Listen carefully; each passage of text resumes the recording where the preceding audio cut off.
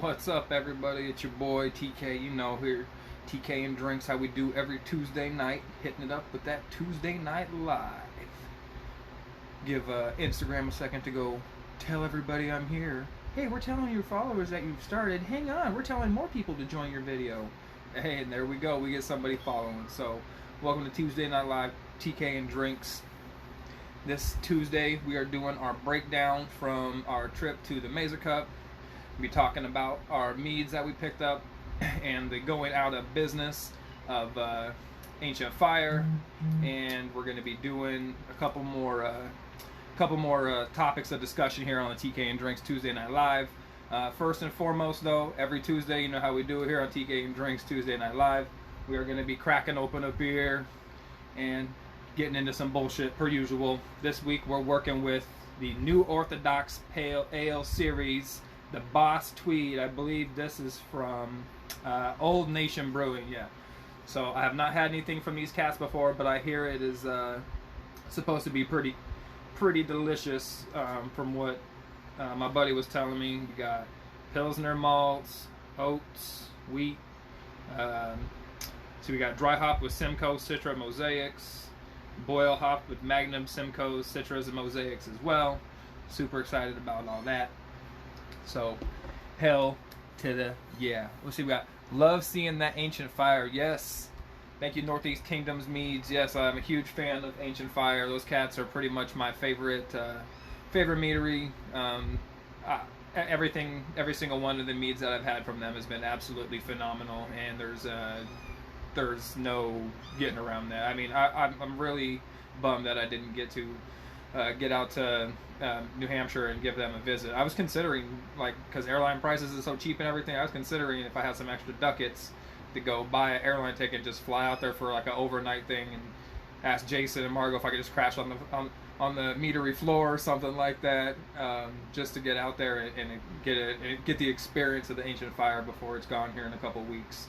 So, more on that in a second, though. Give this thing a couple rolls. It says it's got some sediment potentially down at the bottom. Got 68 IBUs on that. So I'm sure it's going to be nice and, oh yeah, look at that, nice and hazy. It's a 9.5% double. Got a nasty pour going on there, but it is what it is. So, yeah, see what happened this past week. Last week we was at Mazer Cup. I missed doing a live video, unfortunately, because I was at, last Tuesday I had to do,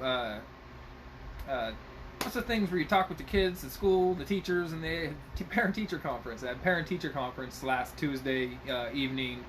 I had my older son who's in middle school now, so I had to go talk with 6 different teachers, and you got to schedule 10-15 minute blocks and all this stuff, so it was definitely consuming all of this, and it was all right in this time. It was about an hour and a half, almost 2 hours that I had to block aside to get the meetings to work up and everything like that. But got that squared away. Got kids looking good in school, so definitely proud of that one. And my little man, he's in 4th grade, 3rd grade. I think he's in 3rd grade. Yeah, 3rd grade this year. He ended up making an honor roll and he got like 4 A's and 2 B's on his report card. He makes honor roll, and then it was something else. He came home with doing great. You did a great job today by helping your friend in class type of slip, and got another accolade. So definitely digging the kids being in pouring this. Definitely digging the kids doing well in school, because I know after last year with the whole being at doing online school from home and everything, it was had a lot of potential of some bullshit and whatnot, getting them kids getting back into class. So, but these kids are handling it like champs. So, man, can't be much more proud than that as a parent, and to have your kids have to go through some bullshit like that and still come out the other side. For the better, because there was a lot of people unfortunately didn't make it that route. So, yeah, definitely happy that those kids did well. So, all right, let's get back into this beer before we get on with the rest of our night. So, New Orthodox Pale Ale Series Boss Tweed Double IPA, 9.3%, 68 IBUs, 1 pint. Obviously, we read off all the hops and malts and wheats and stuff earlier. Drink cold, keep cold, drink fresh. Product of Michigan. Well, it says product of USA, but that looks like Michigan to me. I think only one state breaks up like that, so probably them cats in Michigan doing it up again.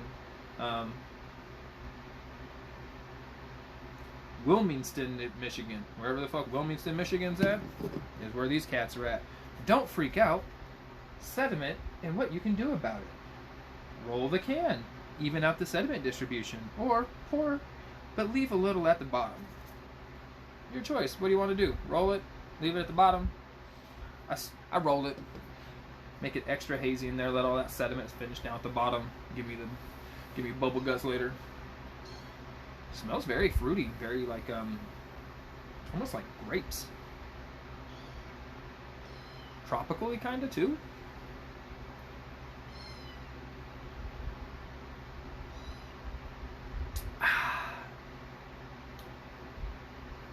A little bit alcohol-y on the end, but otherwise, it's if you're into those Citra and Mosaic, Simcoe, Citra, and Mosaic hops, I mean that's pretty much where it's at, and that's a good beer. I mean, it doesn't taste like 9.3%, but I'll tell you fucking what, it certainly sneaks the fuck up on you, because I know how those ones that don't taste like that get you. All right, so this last week also, I was at Mazer Cup, and that was the big thing I wanted to get to this TK and Drinks night. Get to the Mazer Cup. So that was all last week. Did a commercial, me judging the front half of the week on Monday and Tuesday, and then home brewing on Wednesday, Thursday, and Friday. And there was, I don't even remember how many entries there was. There was like close to 400 entries for commercial. I think there was over 400 entries for homebrew or something like that. I can't quite remember what the numbers were, but there was a ton of stuff there. And I got there Monday morning, flew out of here. I am going to be putting together, I did like a vlog thing. I couldn't really get any decent footage like inside, like judging or anything like that, because they were pretty strict about that. And there wasn't a whole lot of people there. It was pretty quiet, to be honest with you. It would have been fairly boring, just a bunch of guys sitting around the table eating lunch. But I mean, other than the stuff that was going on in the judging rooms, because I couldn't take the camera into the staging room where all the meads were at. Even after the fact and after the judging was done, they didn't want me bringing the camera in there and running it around in there. So I'm not trying to rock the boat or anything. So I got a little bit of footage. So it's gonna be more like a TK and Drinks vlog thing. Kind of just like, you know, not like a regular like video, like interview video, unfortunately, or anything like that. But I did meet up with some cats there who I am going to get some interviews with. So Monday I get there, I get into Denver, fly in about, I don't remember what time. I think my flight landed at like 8:30 in the morning, 8 o'clock, 8 something in the morning, like super early. Yeah, because I had to be at the airport here in Phoenix at, man, I think I got dropped off at like 4:30 in the morning, 4:20 in the morning. It was really fucking early. Cats, get the fuck off my leg. And so I get up there, I land, take the train in, get over to my hotel. I can't even check into the hotel I'm at because I didn't realize when I was setting up the Mazer Cup when I was setting up all my reservations, that the Mazer Cup had a thing at the hotel that they were at for like a discounted room. So I didn't even get to take advantage of that discounted room thing. So I had to get to my hotel. Didn't even get to check in, make it over to the hotel where the cup's at, and then basically as soon as I get in there, I introduce myself to Carvin Wilson, who was one of the competition organizers. If y'all don't know who he is, he's a wealth of knowledge for honey-related products, tons and tons of mead-related products, anything that you need pretty much to. Oh, what's going on? My buddy Dave showed up.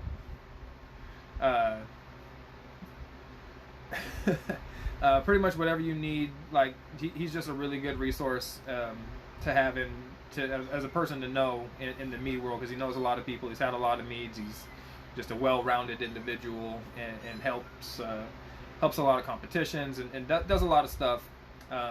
So I got to meet up with him, and he pretty much got me up to the judging table right away. And I felt like I had complete like imposter syndrome, almost like the whole time I was there, because of, I'm sitting here judging with people. I'm a provisional judge still, and I did take my exam, so I'll get into that in a second too. But these people are all professional judges. I mean, excuse me, I don't say professional judges. I don't know if anybody's doing it for money, but these people are all judges who have done this multiple times and everything. And when you're sitting there across a Mazer Cup judging table from, these people that are Grandmaster 4s and 6s and everything, and Hierophant, oh, what's up? Oh, so just for the record there at Hierophant, if you get anybody asking if you got a bald white guy with glasses that works for you, I pimped this around the Mazer Cup for like 3 days, so everyone's like, you work with Hierophant? Are you from them? I heard about them. And I had to say, unfortunately, no, I am not with Hierophant Meadery, but I highly recommend them and all their products, because they're cool people and their products kick ass. So you may or may not hear something. I doubt it. I'm not that popular of a guy, but there was somebody there representing your stuff. Anyway, so Monday, yeah, so I get there, I link up with Carvin Wilson, get going, and get doing the judging thing. Like I said, it's pretty intimidating being across the table from some of these judges, as somebody who's provisional, and these cats are all, I use the term professional for lack of a better term. So, but these guys, these guys are all, none of these guys are rookies, but they were all super cool. Everybody was super accommodating, and I just try to be as humble as I can, and just let people know, hey, ahead of time. And these guys aren't dumb; they obviously know, but I just try to be as forward as possible. Hey, my name's TK. I'm a provisional judge, just so you know. So I'm still doing a lot of learning and everything, and they were all super cool. And I basically just, when we do I was pretty much one of the last people finished on my exam every time during my on the last one finished on my flight every time, just because I'm still getting used to it. But I take 10, almost 15 minutes sometimes for some of these things to get it done. But the person sitting across from me was always super cool, always relaxed about it. Nobody gave me any beef or static. They encouraged me to to give my descriptors first, asking me why do you say that, why do you think that, what makes you think this. And they were all very encouraging. It kind of reminded me of like how I parent, and my wife and I parent the kids. It's try to get them to get the answers themselves, rather than just giving them the answers and having me just regurgitate information that I heard from them. Now, there was definitely some times when we would go through and discuss, and they're like, here, no, take a sip, and this is what you're tasting, and lead me to the correct answer, or lead me down a path to to get to the answer that I needed to find. But everybody was super cool, and I still, like I said, totally feel like I had imposter syndrome the whole time I was there. Even when we got done with commercials, and actually got into homebrew and stuff a day early, got into that Tuesday evening, and it was, man, there's so many different awesome flavors. I got to try so many different unique and cool flavor profiles, and like I got to do one category I would have not thought I was going to like at all was dry metheglins. But I'll tell you what, that dry metheglins category had some unsuspecting, like some kick-ass stuff in there. I was like, oh, this is not what I was expecting. Like, I wasn't expecting a dry fig and cinnamon mead to be good, but hey, somebody out there knows what the fuck they're doing.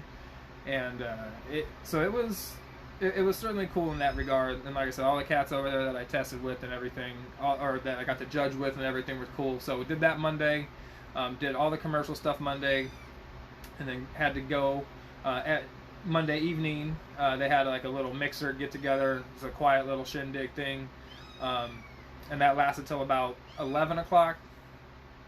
Yeah, I think. Well, yeah, about 11 o'clock or so. And oh, what's up, buddy Gabe? So we hit up. Like I said, we had that little mead get together, mead bottle share. Just kind of chatting up, whatever, kind of low key. What's up? Love you too, buddy Gabe. Haven't seen you in a bit. Been busy, but we'll get together, do a little bottle share and whatnot. And so we get rocking and rolling on that at 11 o'clock. Get out there, get back to my hotel and everything like that. And had to be back at the hotel, at the other hotel, at like 7 o'clock in the morning for my exam. So it took like 20 minutes for my Uber ride to get there. and a bunch of bullshit like that. So I mean, I was up, got back to the hotel at like midnight, and then was getting up again at like 4:30 to get back there and to get to that test. And I was just glad I wasn't just absolutely blitzed drunk or anything like that, because I made sure to keep my wits about me. I was not going to be that guy who was getting all fucked up and then having to go take an exam in the morning, because I'd heard horror stories about shit like that in the past. So got my exam done at 7 o'clock in the morning. They bring us a flight of 6 meads. You get 15 minutes to judge each mead. You got the exact same fucking score sheet that I do for my mead reviews. I don't know if anybody's seen those. I don't have one right here within arm's reach. I wasn't thinking about it. But it's the same score sheets I do for any of my reviews. Go check out my YouTube channel and watch some reviews there. Check out the score sheet. I use the exact same one.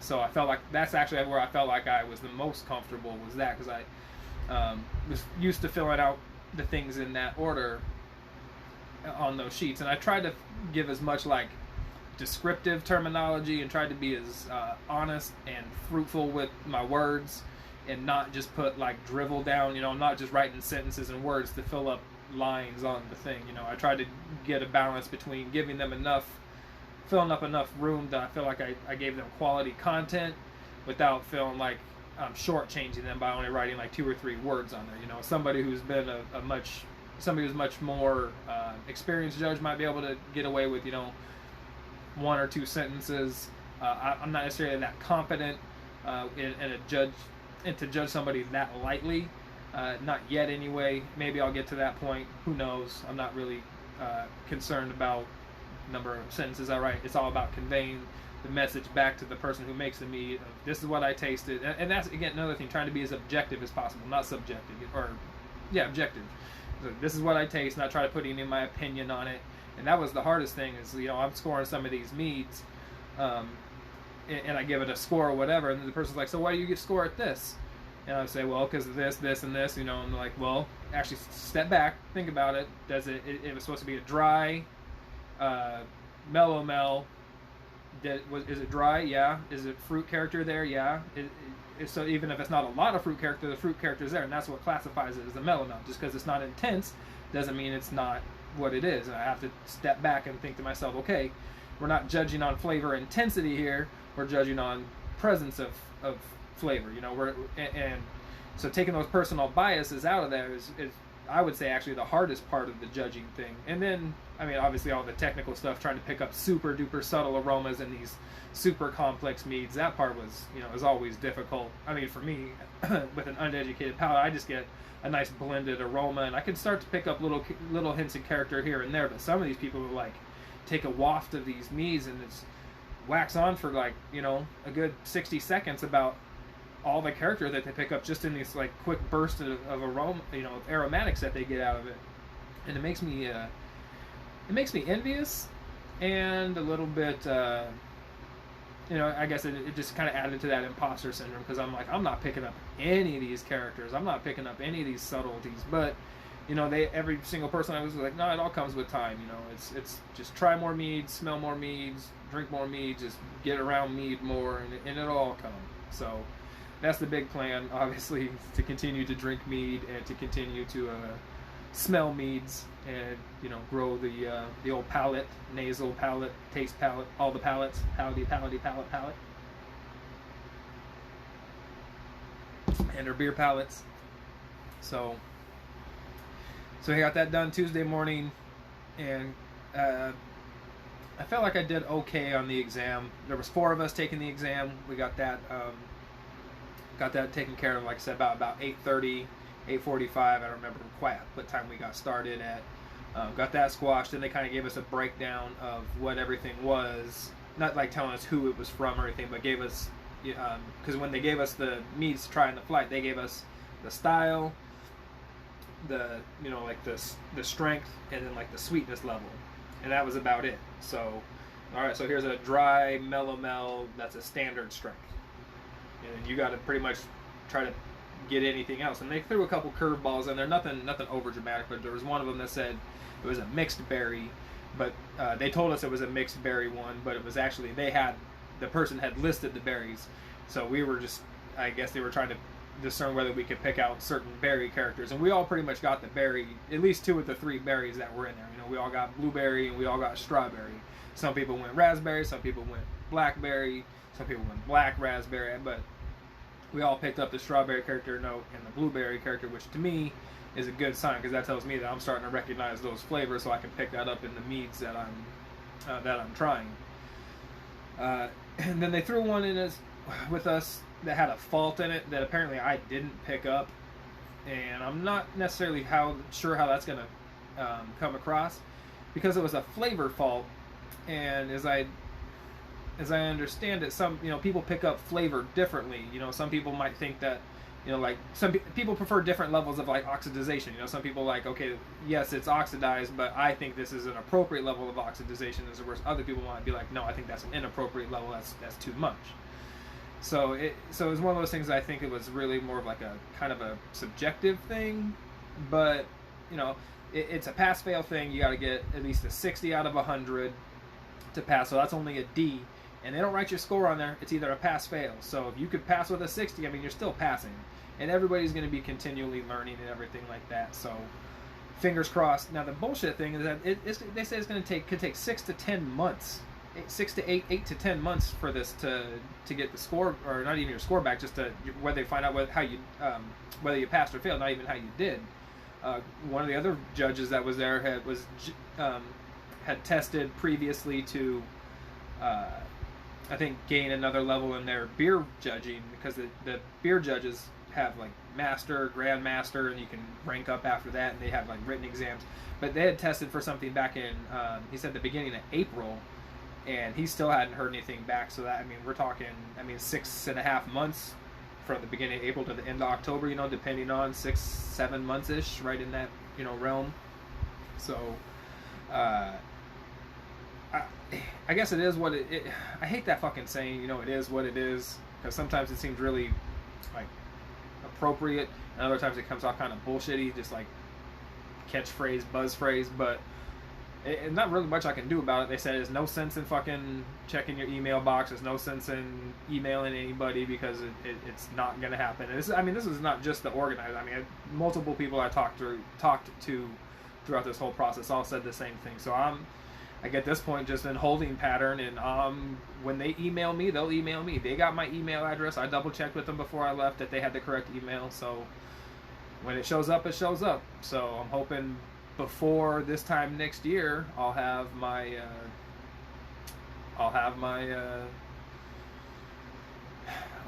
mead pin, my mead badge. So that anyway. So all that bullshit, got all that squared away Monday morning, Monday afternoon, early. That was early Monday morning. So then the judging started after that. So we got into. I think I judged every. No, I didn't judge. No, I did, because we were running early because we were running so efficiently. On Tuesday, we got all the sessions. I think it was either 4 or 5 sessions that we got in. Between that 9 o'clock and 5 o'clock, when I had to leave to go back to my hotel to do the thing with my parent-teacher conference with my kids. But like I said, we got all 4. I want to say it was 5 judging sessions in, and man, I'll tell you, at the end of 5 judging sessions with 4 to 7 meads per flight, 5 to 7 meads per flight. Actually, I don't think I had a flight that was less than 5. I did see some 4s going around there. I saw some 4s and a handful of 3s going around once the homebrew competition got started, because there was just some categories that, like braggots. I think we only had like 2 entries for homebrew braggot and like 4 entries for commercial braggot, or 3 entries. So it's pretty much you showed up, you got a medal type of thing. But all the flights that I judged were all 5 to 7 meads, and I'll tell you that takes a beating on your palate trying to be all. People kept talking about palate fatigue, and I'll tell you, I didn't understand what that was in the beginning. Like I understand the concept of it and the words, but now it's one of those things. It's like sympathy versus empathy. It's like understanding on an intellectual level and then having experienced and been through the shit yourself. So I now have been through some of that shit, at least once, and as a rookie, I felt like I might have been pushing myself to the limit. I don't think I could have done another round that day. I think that fifth round was kicking my ass. Cause that last one was 6 meads, and I'll tell you, man, 6 sweet homebrew metheglins was a rough category to finish on. Thankfully, I didn't have any spice capsamels. I didn't have anything with like ridiculous amounts of like peppers or anything like super offensive. But we had some ones that were supposed to be these really nice blends, and they came out to be. There was a lot that were, like I said, sweet metheglin. So again, cinnamon, cardamom, nutmeg, allspice, and then the people were putting other things in there as well. And I had 2 of them that had these really nice blends. It sounded like it was going to be really good, but then comes out, all you could literally taste. It tasted like somebody like fermented a big red stick of bubble gum. It was just cinnamon. That's all you could taste was cinnamon the whole way through. And there was another one again that said the same thing. It was supposed to have this nice blend of spices and herbs and stuff in it, and basil and bay leaves and all this stuff. And again, only thing you could taste was the nutmeg. It's like somebody opened a fucking Costco-sized thing of fucking nutmeg and fermented it. It was just, I mean, so, yeah, that was definitely a rough one to end the day on. So got that done and squared away and everything. And I had a blast doing it. I mean, it was super stressful, and I know I don't always sound the most excited and enthused when I use kind of extreme terms like it was a blast and I was thrilled and everything. But, you know, I just tried to sit back and be reflective on it. And while I was there, it was nerve-wracking and gut-wrenching at times because I, again, felt like I had imposter syndrome and really felt like it was something I was out of my league and kind of not in the right place. But everybody, again, made me feel really welcoming and was super cool about it. Everybody was understanding. And nobody let any bullshit scores go through and didn't, you know, I don't feel anybody pressured me into changing a score. I felt like everybody did their best to, and even a handful of occasions that when I kind of, you know, said, hey, this is not what I'm doing, you know, this is kind of how I'm feeling, this is where I'm at, you know, bring in a third party and try to get a, you know, just kind of come in between to say, you know, let's try to find a medium ground and stuff like that. I felt like the whole thing was, at least from my personal experience, was a positive. You know, I've heard unfortunately, I've heard a lot of horror stories about these judging events being just a bunch of best friends out there pushing their meads forward and compromising the integrity of the judging event. This one was not like that. They specifically had rules set up in place to prevent things like that from happening, and there was a handful of occasions where those rules were broken, and they squashed it right on the spot. You know, nobody got it. There was no like fights or anything like that. There was no scenes. It was not a big thing or anything like that. It was, these are the rules, and we're gonna follow them. Somebody accidentally breaks a rule. Hey man, that's been okay to do that in the past. We're not doing that anymore. Everybody's cool, and it went forward. And I even found out about that after the fact. That it was, I mean, that's how non-issue it was, and it happened in one of the events, and one of the tables like right next to where I was at. So I mean, they squashed all the. I feel that they took a lot of precautions to get rid of a lot of like cronyism and you know, at least while I was there, you know, if people don't know judges that are going there and say, hey, you know, be on the lookout for this mead to push it forward. I'm going to use this specific terminology when I write my description. You know, I guess if that type of shit's going on, I don't know about that. Obviously, you know, other people might be kind of keen into that type of shit, but I wasn't there. I didn't see anything like I said. There's nobody taking meads out and passing them around and trying to like compromise anybody. You know, any mini boss or future best of show judges or anything like that. Everybody kept their shit at the table. Everybody was like super quiet. Nobody was trying to like put everything on blast and everything. So it was super cool from my personal experience, and I'm glad that I went. I'm glad I got to experience what I did because it, like I said, I had a kick-ass time with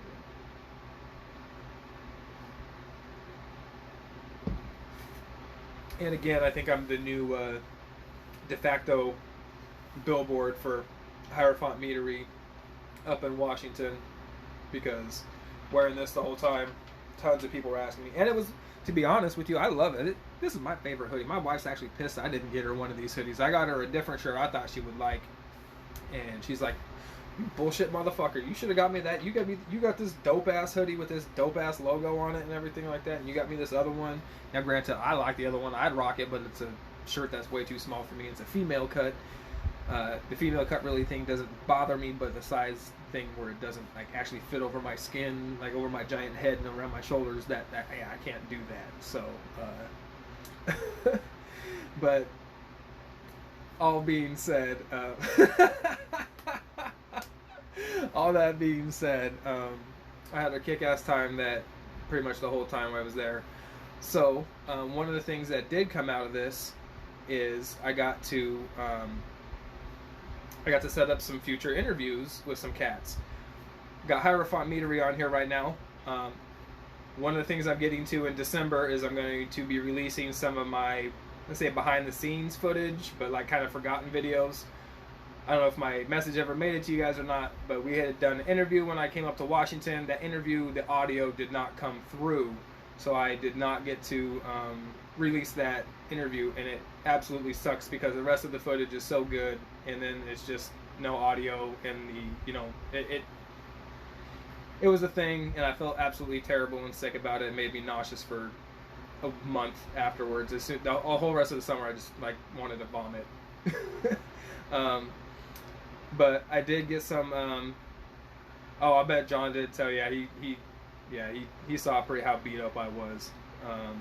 I honestly, I didn't even want to tell you because I felt so embarrassed and felt so like unprofessional about everything. I didn't even want to I was like, hopefully John doesn't tell me to just kind of forget about it, and I'll just kind of fade away into the background because I'm meek and small and nobody knows about me. But yeah, so actually what it really means is that I need to just come back up to Washington and come check out everybody's spots again and do it right this time. But so while I was there at Mazer Cup, we could hit the main points in an audio interview. You know what? I'll email you guys about that. We'll see if we can't set something up like that.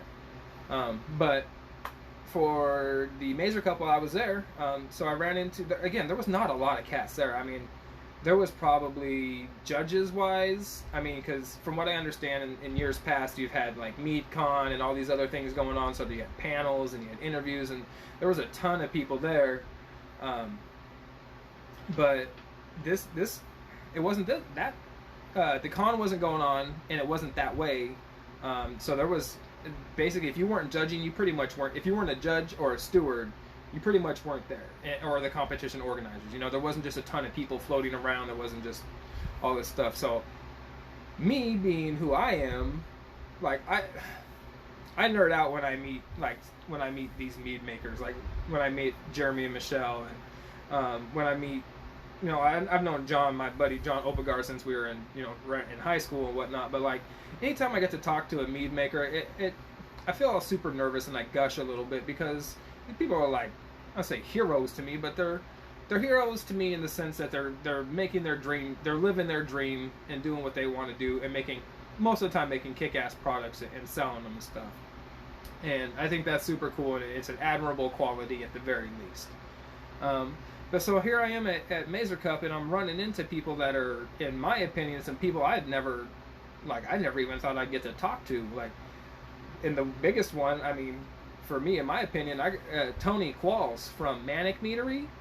Man, I don't know if you've ever heard of Manic Meadery or if you know who he is or not like that, but if you don't know who he is, well, first of all, if you don't know who Manic Meadery is, go give them a follow on Instagram, on Facebook. Go check out their Vino Shipper, all that stuff. These cats have some phenomenal flavored products and just have a wild array of what they're doing.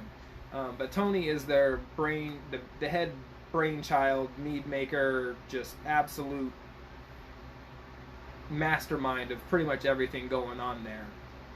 And he brought a couple bottles that he entered into competition. He brought a couple bottles just for like the bottle share and stuff like that. And holy Christmas, this dude, I think they just became my favorite meadery now that, unfortunately, Ancient Fire is going to be closing down. And again, I'll get to that here shortly. But Manic Meadery, this guy brought in, he's got this one called Black Meadow that is a, I want to say it's a bourbon barrel aged meadow foam traditional. Oh my God. It was something else. And then he had this rum barrel aged Banana Foster's inspired flavored mead. Hands down, the best mead I've ever had in my life. I can't even, I don't remember what it was called. I forgot to take a picture of the fucking bottle because I get so caught up in the damn moment. I'm just in the zone. But I'll try to find a picture of him and post it later.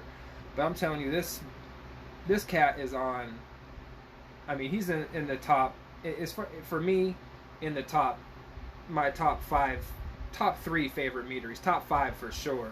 I have a hard time saying anymore who my favorites are, the more and more that I taste. But you know, Hierophant's in there, Ancient Fire, Manic. I mean, you guys all just do stuff. This cat's telling me he's boiling his honey, making these award-winning meads, boiling his honey. Yeah, it's like that. And I'm gonna do an interview with him. He was so kind. This dude said, don't hit me up with my email. Here, let me put my number in your. Here's my number. Just dude gives me his phone number. I feel like if I was a kid and MC Hammer just punched his phone number into my phone or something like that. You know what I mean? Here, kid, give me a call sometime. And I mean, we're probably the same age. I don't know why he's calling me kid and all this stuff. I mean, not that he did, but like that's how I feel. I feel like again, not meeting an idol or anything, but just meeting somebody who you look up to and who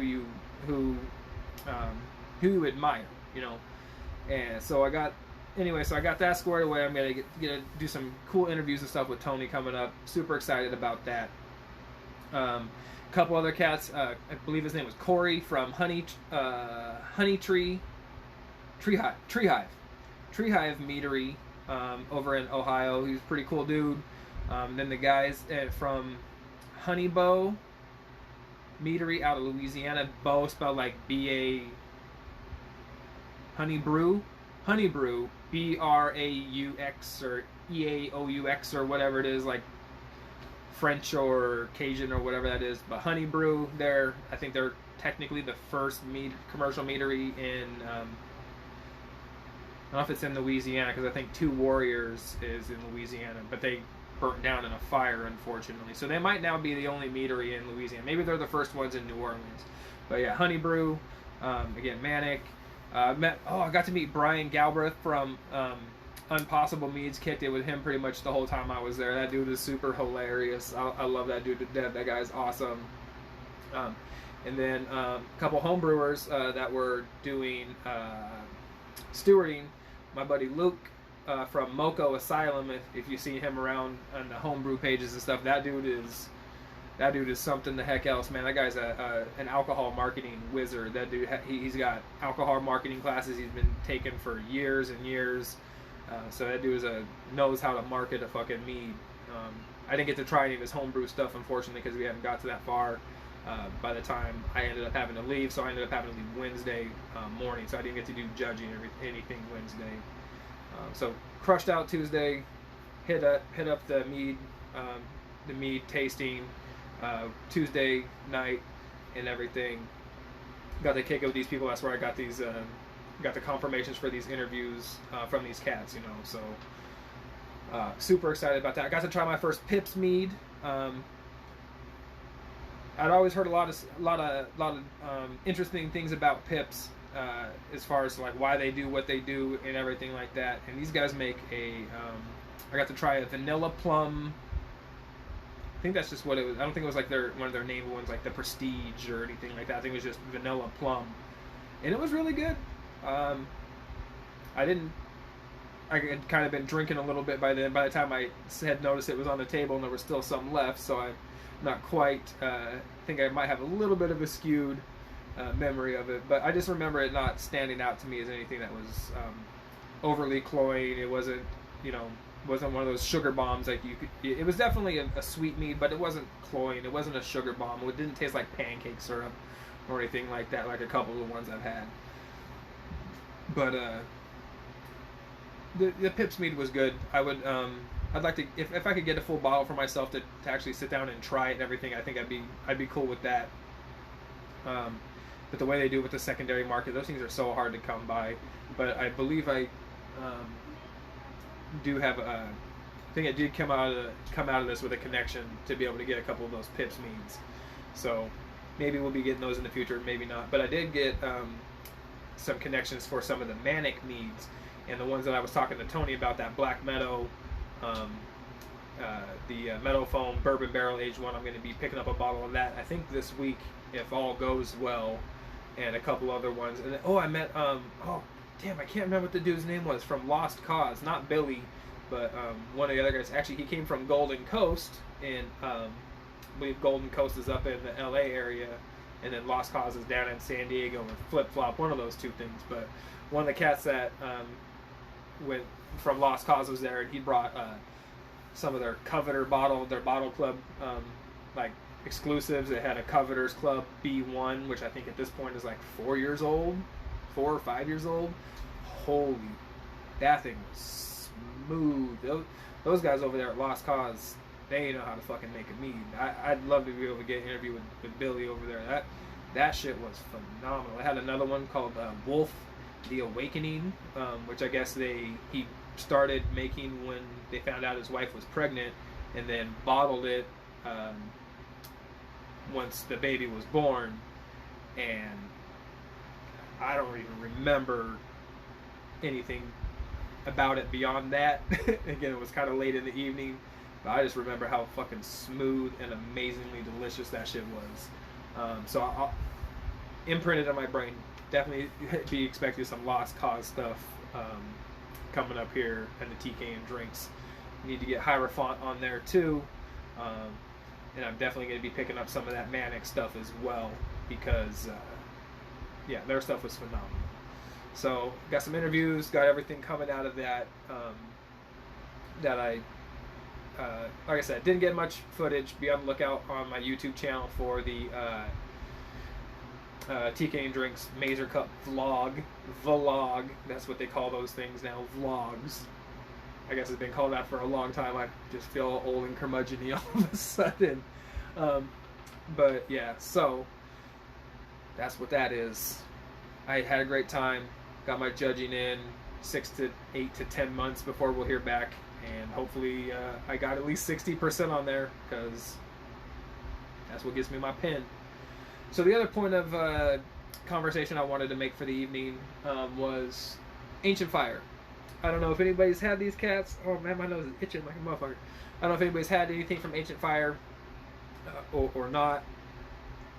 These cats are another unfortunate victim. We lost the Philadelphia Meadwell. We lost Leprechauno Meadery. We lost Two Warriors Meadery in Leprechauno's in Georgia. Philadelphia Meadwell's in Philadelphia.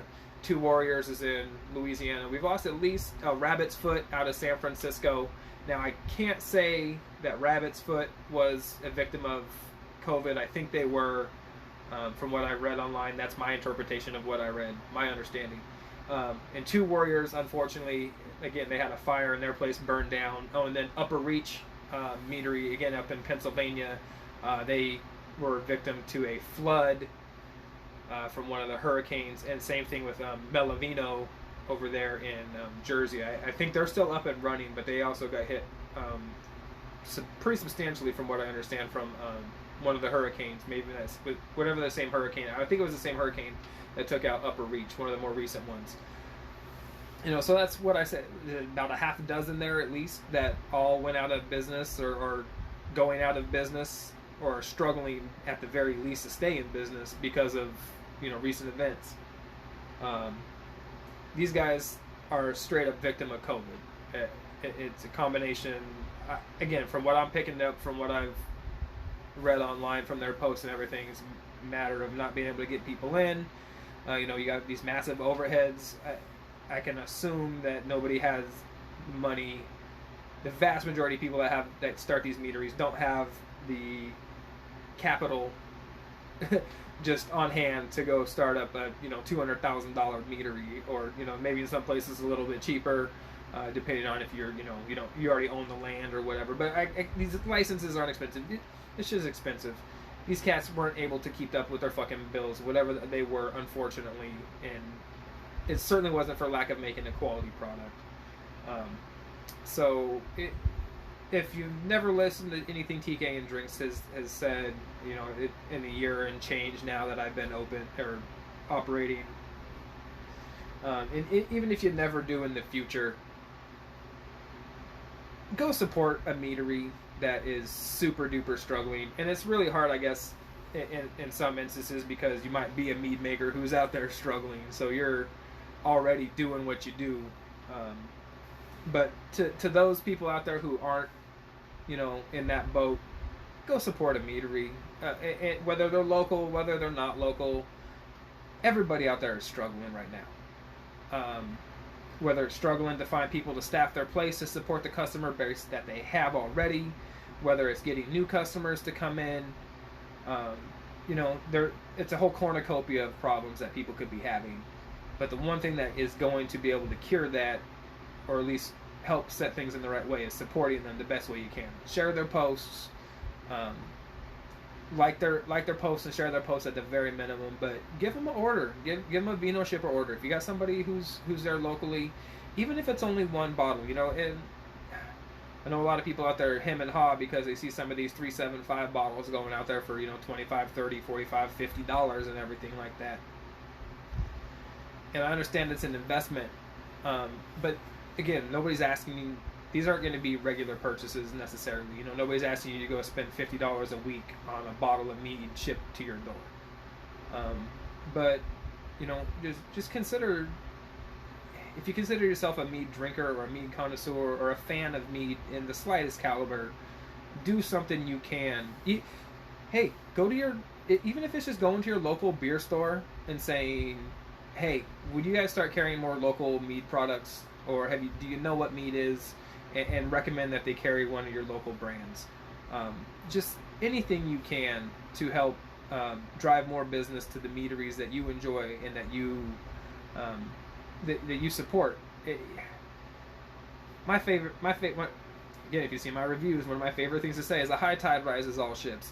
And everybody doing a little bit, just going out and advocating for the brand, for the product. And I don't mean the brands themselves. I mean the brand mead itself. Go out and advocate for the product. Talk about it. Tell people, and not just with your friends. Talk about it with people who are going to be able to also help help advocate for the brand as well. Let people know what's going on. Educate. That's what's going to take to get mead to the level to where people aren't struggling and are comfortable operating where they're at. We need to educate our consumer base, and to help bring in more consumers from a wider audience. One of the things that kills me is the divisiveness that I see from time to time. Certainly not all the time. But I do see divisiveness from time to time with people like, oh, mead's for beer drinkers, or oh, mead's for wine drinkers, or oh, wine drinkers, they don't drink mead. I don't even talk to those types of people about it. You know what? That's the type of negative mentality that that should be a shirt. Advocate for mead. It should be a shirt. Maybe I'll get one of those made to just say advocate for mead on it. Thanks, Tony. But and that's exactly it. Without anybody out there advocating, it's just going to fall by the wayside. Everything's going to get lost in a sea of mediocrity. Not the actual meadery in California, Mediocrity, which by the way is a really dope ass name for a meadery, Mediocrity. But the more people we have out there supporting the business, the industry, the better we're going to do. I feel like I'm preaching to the choir, unfortunately, because a lot of people that watch this channel, and my wife kind of gives me the business for it, is like, what am I doing to reach out? What am I doing besides like when I go out and do mead sampling events for the brands that I carry and stuff like that? That's obviously I'm advocating for the brands that I carry plus mead as a whole. But you know, in my videos and everything, I'm really trying to think of ways how I can incorporate a wider audience. So I started going to, like I was saying before, like the mead, beer versus wine. I don't like when people butt heads against those different brands like that. You know, we should be doing what we can to be bringing wine drinkers over to drinking mead as much as we should be bringing beer drinkers over and expanding mead drinkers to beer and to wine as well. You know, there's fermentation. I mean, again, I'm gonna make it sound corny and cheesy, but it's like a brotherhood. It's like a club you're in. Yeah, we're all drinking possibly different things, but we're all here for the same. You know, we're all fighting the same fight essentially, but it's like different. That's a crappy analogy. It's like different facets of the same dice. You know what I mean? It's like we're all in it together, even though we might not be seeing things from the same way. But we're all in it. We all want a really good product at a reasonable price that supports the people that we want to involve ourselves with. I love taking, like, when I was at Major Cup, I got to do some Pyment, some dry Pyment. That was, I'll tell you what, a dry Pyment from somebody who's not a fucking wine drinker, that basically drinking like every fucking gross ass wine I ever remember drinking as a kid. Now, not that these Pyments that I was drinking were gross, but they had the similar qualities that I used to associate with gross wines. They were dry. They had those funky fermented grape characteristics to them. Now I understand, and again, while they're still not my favorite, I can understand on an intellectual level what those characteristics are and what they perceive, what people pick up and perceive from those. So now I can take Pyments out to wine bars or even meads that are dry and have those super tannic characteristics and kind of dark berry notes, and you know, for your Merlot and Cabernet drinkers, and I guess some of these kind of lighter stuff that I can go in for, you know, your Chardonnay drinkers, you know, something kind of nutty and buttery and stuff. I'm starting to learn about that. I feel that was actually one of the best things that came out of this. So I believe that I'm going to be trying to go out there and have been to a slight degree, but I'm trying to convert wine drinkers over to mead drinkers. People, that's an untapped market, man. And to say that those people, you know, oh, the wine market's all snobby and everything, like, yeah, there's people, you get people in every fucking market that are going to have attitude. You get people in every market that are going to be pretentious and are going to be, you know, shallow and whatever else you want to call it, whatever negative descriptors across any genre of drinker, beer, mead, wine, spirits. Everybody out there every genre is subject to, you know, people with shitty attitudes. But there's a lot of people out there in a lot of those categories that are open to just a good drink. They don't care what it is. They have their preferences, but they're open to try whatever, you know, be it cocktail, be it mead, be it wine, be it beer. You get somebody and you talk to them the right way. You don't insult their intelligence. You don't insult their integrity. You don't insult their palate. Just talk to them and just let them know that you've got a quality product there that's something different than they've seen before. And I'll tell you what, the vast majority of people are at least open to giving your stuff a try, and most of the time are pleasantly surprised when it doesn't meet their expectation, but overly exceeds their expectation. Oh, I've had mead one time. They never even told you. I had it one time in my friend's basement, and it tasted like, you know, like grape juice and gym socks or something like that. It's like, yeah, well, you know, it's come a long way from your homie's basement. You know, this is not just these guys, but everything is, you know, it all has its purpose. It all has its place in the world. Where'd it go? Where did it go? Quiet down, you cat. I'll tell you what. If you never had mead with chai and mushrooms in it, you're doing yourself a fucking disservice. Lightly carbonated. This thing is absolutely fucking wonderful. And a lot of people don't even think about putting mushrooms in their mead, yet these cats do. These cats put all sorts of botanicals in their meads. Not a lot of people do that. That's people thinking outside the box. That's people trying to take a product and expand it to another realm, trying to expand the industry and take it to another level and bring in people from the outside. That's what I'm talking about. That's the type of shit that brings in that raise high tides rise all ships. That's people trying to rise the tide for everybody else. Ancient Fire in that same boat. Everything these everything these people make is quality. They had a whole line of meads specifically female owned and driven called the Maid Makers. All females, came up with the concepts, came up with the flavor, everything.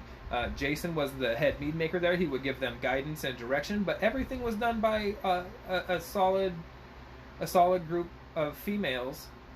And nobody, I mean, you would think that in today's, I'm going to come off really like misogynistic right now, but like you would think in today's climate that anybody who was an all-girl doing something, just by posting about that you're all-girl something doing, you'd be getting a certain amount of clout. These guys are posting all about it, and I shared some stuff, but it doesn't seem like it was even something that would take off. I think there'd be a ton of people out there would be wanting to support that just based on the principle of it was all a group of women doing it and everything, you know. I thought it was really cool. I never got the opportunity to purchase any of their stuff, and that's, you know, unfortunately part of the problem.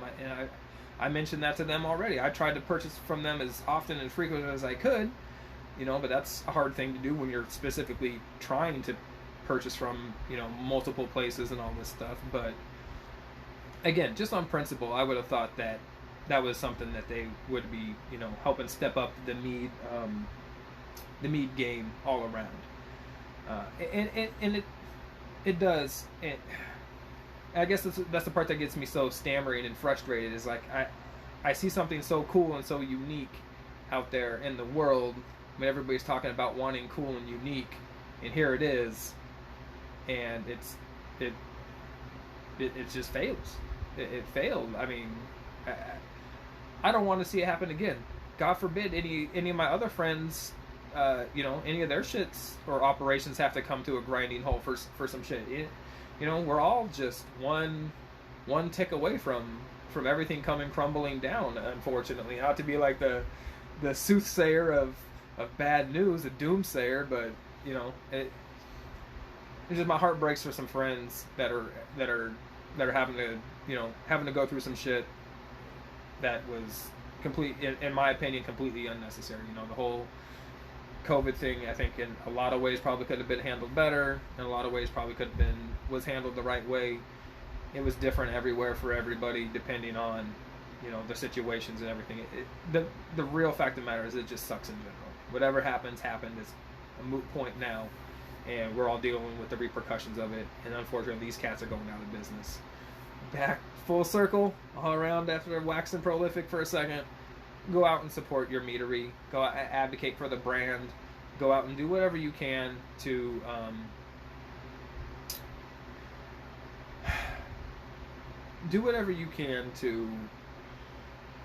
help the brand. Like, I don't want to try to tell people what to do. I have ideas, and again, I'm trying to be more like parent-like. Again, not that I'm trying to be anybody's parent, but just trying to be more teacher-like, and like just, you know, do what you think is the right thing to do for the brand. Educate somebody, introduce somebody. I love that. I definitely want to get that shirt now that you mentioned it, Tony. It's mead. It's come a long way since your buddy's basement. Maybe I'll make that my first TK and Drinks shirt. Have the TK and Drinks logo on the, like, I'll come up with some sort of design for it. But you know what? If I make that shirt, Tony, you're definitely gonna get one of those for free, my man, because that's fucking awesome. I love that. TK and Drinks mead has come a long way since your buddy's basement. Oh man. So I don't even know what time it is. 7 o'clock ish now. It looks like. I'm gonna get wrapping up here. Go eat some dinner with the family and everything. Thank you everybody who watched during the live Hierophant Meadery. Thank you guys so much for your support. Again, we'll set something up because I feel like a complete ass and feel completely ashamed of my behavior in just the whole thing that happened was there, and not being able to get our interview out because it was such a great interview. It was so poignant and just perfect. And Tony will work together on getting some of them shirts made. Everybody else, thank you for being here. Y'all have a good day, good night, good evening. TK and Drinks Reviews over on YouTube. TK and Drinks Facebook, here on Instagram. Follows, likes, shares. Appreciate all that stuff. Supporting the channel and all that. And we're going to be doing... thank you guys. I appreciate that. Be doing more interviews and everything. Might be moving the Tuesday night drinks because I know Vicky does her... oh man, my eye is watering like a motherfucker all of a sudden. Because Vicky Rowe does her Tuesday nights. What's the other show? What the fuck is the name of her show? Got Mead. The whole Got Mead podcast is on Tuesday night. So probably going to ditch TK and Drinks over to another night. But I'll post about all that and everything. So everybody have a good night. I will see you all in the future.